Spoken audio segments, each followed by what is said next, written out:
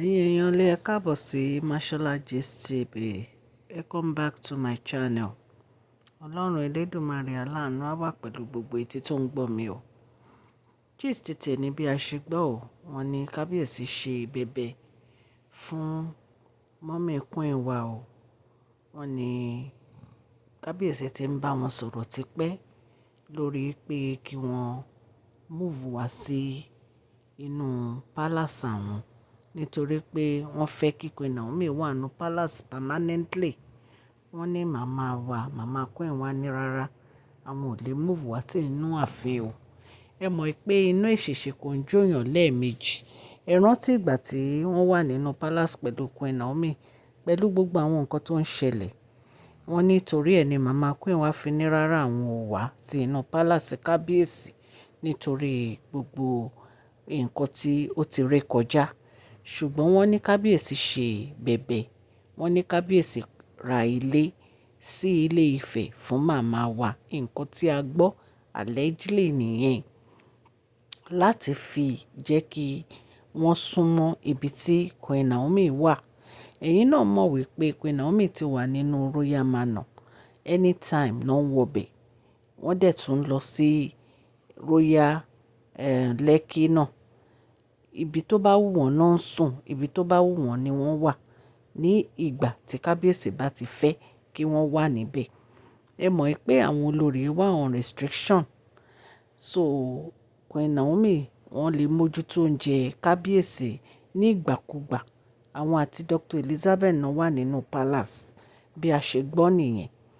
Ẹ̀yin èèyàn lé, wọ́n ní kábíyèsí ra ilé yìí fún màmá wa nítorí pé wọ́n fẹ́ kí wọ́n súnmọ́ Queen Naomi. Wọ́n ní gbogbo bí kábíyèsí ṣe ní kí wọ́n múùfù wá sí inú palace. Wọ́n ní màmá wa ní rárá àwọn ò wá. To the extent pé màmá wa Reverend Esther Ajayi gan bá wọn sọ̀rọ̀ wípé kán má ṣe bẹ́ẹ̀. Wípé nítorí pé àwọn àti Queen Naomi wọn ò fira wọn sílẹ̀ rí. Wípé every time ni wọ́n ń wà pẹ̀lú Queen Naomi. Ẹ dẹ̀ mọ̀ wípé gbogbo ìgbà ni màmá yìí ń gbàdúrà fún kábíyèsí àti Queen Naomi tí wọ́n fi wọ́n sí ilẹ̀ ní ìgbà kankan.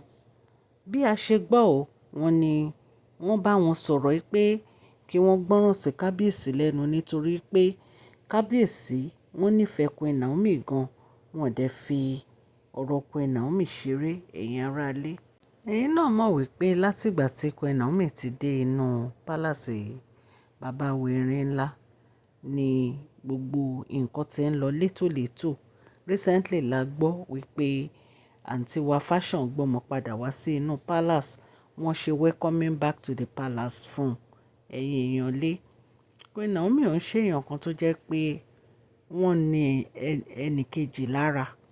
Ìtorí àtìgbà tán ti padà sínú palace yẹn, àdúrà ni wọ́n fi ń ran bàbá wa lọ́wọ́. Bẹ́ẹ̀ ni.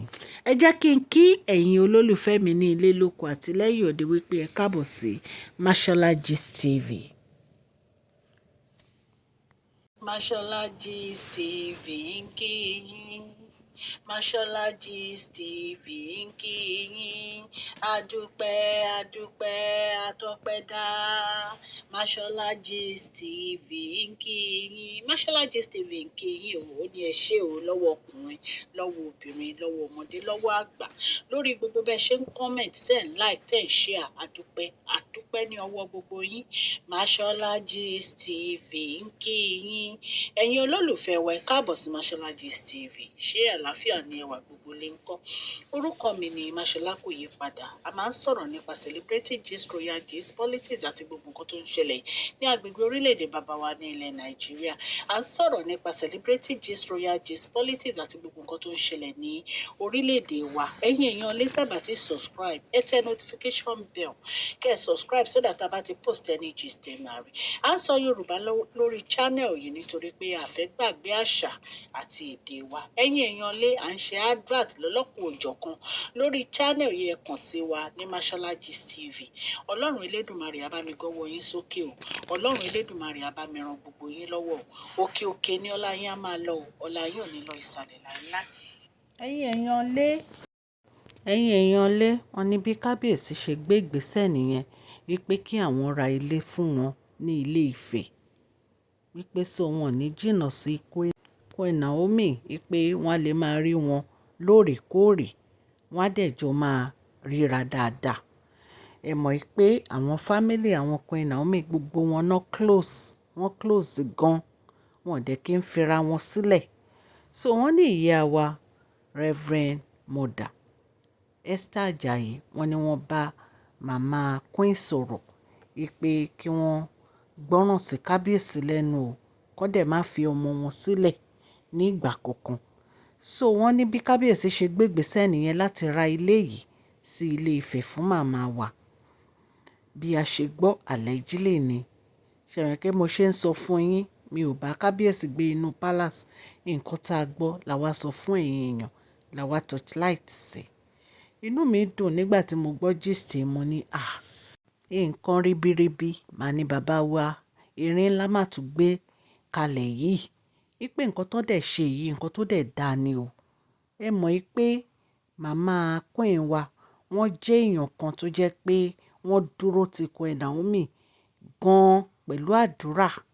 Ẹ mọ̀ pé gbogbo bí Queen Naomi ṣe máa ń wàásù kiri tó máa ń lọ from one state to the other màmá wọn máa ń tẹ̀lé wọn all the time ni gbogbo ẹ̀ ni la máa ń rí lórí social media.